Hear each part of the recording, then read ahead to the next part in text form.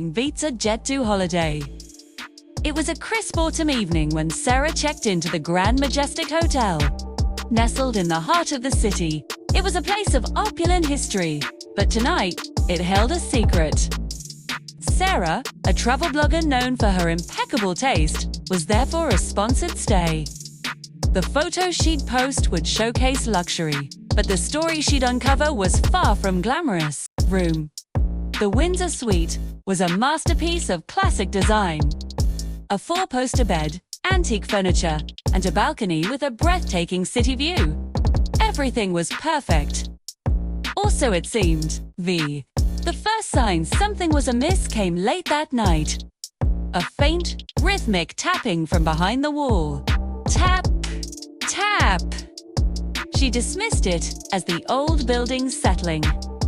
But it persisted, growing just a little louder each hour. The next morning at breakfast, she noticed the staff.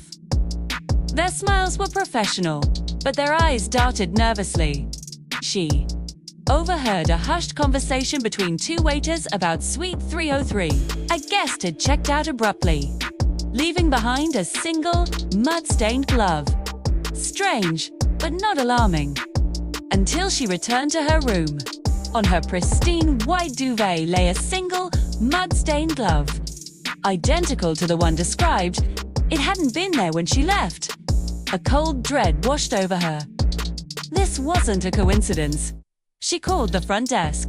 The manager, a man with a practiced, reassuring voice, insisted it was a housekeeping error. He promised to look into it.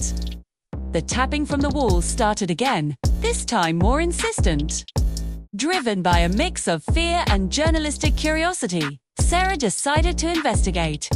She learned that Suite 303 was directly adjacent to her own. The hotel registry showed it was occupied by a Mr. Jones, a man who had checked in but was never seen. Security footage from the hallway was mysteriously corrupted for the past 48 hours. The hotel was hiding something. That night, the tapping became a frantic knocking. It wasn't the pipes. It was a signal. Sarah pressed her ear to the wall, her heart pounding. She could hear a faint, muffled whisper. "Help me," it pleaded. She now understood. Someone was trapped in Suite 303, and the hotel was covering it up. The glove wasn't a threat. It was a clue, a desperate plea from the other side of the wall. Sarah knew she couldn't trust the staff. She had to be clever. She used her social media influence, posting a cryptic story about a mystery at the Majestic that she would reveal live the next morning. The post went viral. The hotel management was in a panic. They couldn't risk a scandal. Just as the sun began to rise, before her scheduled live stream, there was a firm knock on her door. It was the hotel manager, flanked by security. But behind them stood two police officers.